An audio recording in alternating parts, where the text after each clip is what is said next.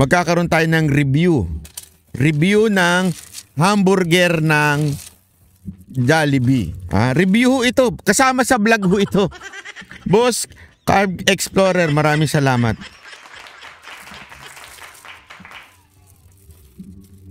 Una sa lahat, tingnan niyo ang hamburger ng Jollibee. Pag i-compare ninyo ang hamburger ng Jollibee at hamburger ng Waxis, ay wala talagang binatbat ang hamburger ng Jollibee. Bakit? Maliit.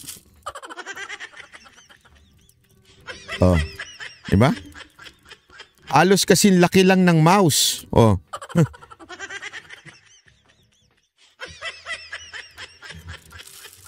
Parang isang subo lang.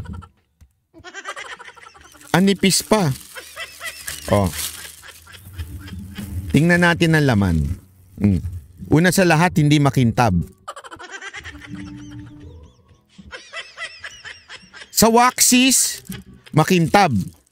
Yung Waxis, padala nyo naman kasi ako dito sa Maynila. Oh, makintab. Ang tawag doon, caramelize. Nakita ko kung paano gawin yung tinapay nila. Dito, tinan mo, oh. Parang si Anharot, nalamog na. Ganito si Anharot. Oh, di ba? Kakain ka na lang, nilait mo pa yung pagkain mo. Oh. Di ba? Sa Waxis, may gulay pa. Dito, ano meron? Tinapay lang at saka beef. Oh, tingnan mo.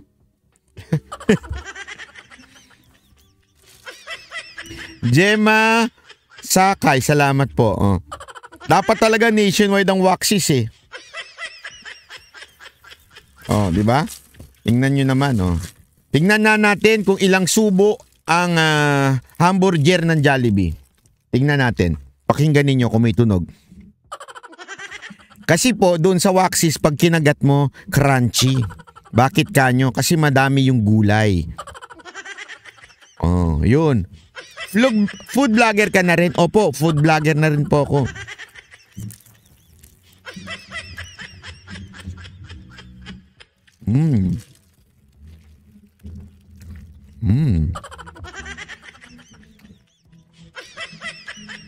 Ito yung crunchy. Actually, alam nyo ba, sa Waxis, buy one, take one. Take one. Sa halagang 90 pesos plus, 90 plus.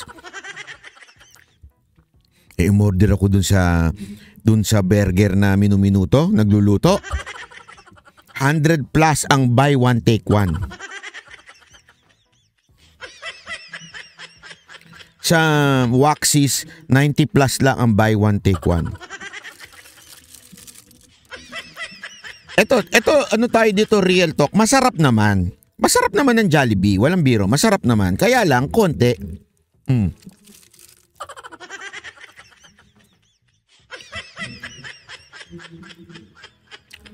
Ba? Dalawang subo pa lang yon. Kalahati na.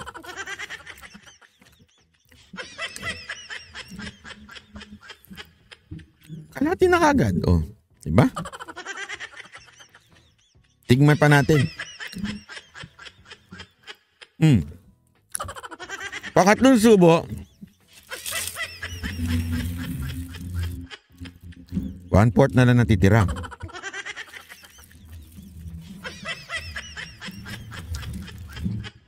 Kita nyo to? Ito ang laman ng hamburger. Wala man lang tissue. Ano to? Ito pampapahig ko? Jollibee? Ha? Ito pampahid ko sa mukha ko?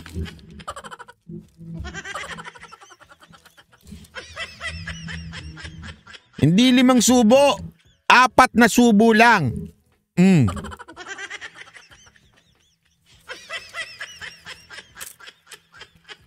Wala man ng lettuce. Wala man lang kamatis.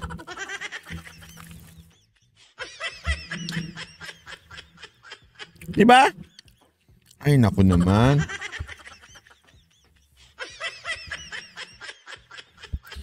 Buti pa ang Waxis.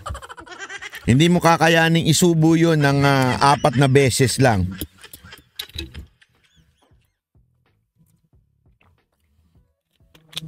Bus na kagad. Bitin.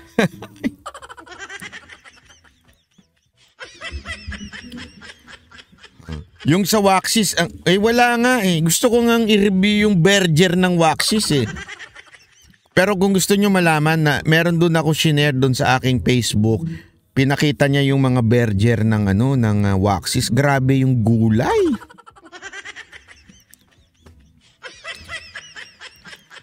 Eto bibigyan ko lang kayo ng tip, ha? Bibigyan ko lang kayo ng tip ha mga kababayan. Pag ang isang tao kumakain, huwag yung sinasabihin na, oh, yung sugar mo, ang taba mo na, oh, high blood. Huwag yung ginaganon, that's discourtesy. Discourtesy? May ganun ba? Huwag ganun. Kita niyong kumakain yung tao, yung sugar mo. Akala ko ba diet ka? Yung Banat Price, super sarap. Ay, totoo po. Mas lalo na si Banat Bay. Iinom ako ng Coke. Kasi anong tawag dun yung nakakaumay.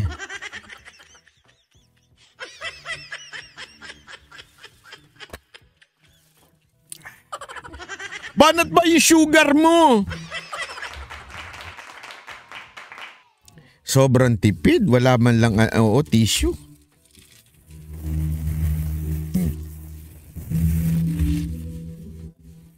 Regular. Hindi, alam mo, Michael's Vlog, pag i-compare mo yung regular ng Jollibee at regular ng Waxis, ay grabe ho. Walang biro. Kaya nga i-challenge you mga kababayan natin pag napunta kayo ng Davao, pumunta kayo sa Waxis, umorder kayo ng Berger. Sabihin nyo sa akin ako, sinungaling ako. Pag hindi kayo nasarapan o di kaya naliitan kayo, lulusubin ko yung Waxis. Sasabihin ko talaga sa kanila, bakit nung umorder kami dito malalaki, ngayon maliliit na, niloloko nyo kami? Ako, confident ako na pag ang Waxis nagbigay sa inyo ng pagkain, hamburger, maganda. Excelente sila dun eh. Nakita niyo yung kitchen, di ba? Oh, nakita niyo kitchen? Grabe ho, ang linis. Oh, walang ipis na maliliit. Alam ko sanay na kayo sa ipis na maliliit.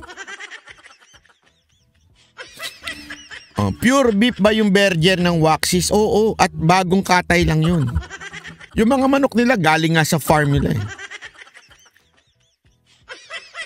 Okay, balik na tayo. Yun po yung mukbang vlog ko, ha?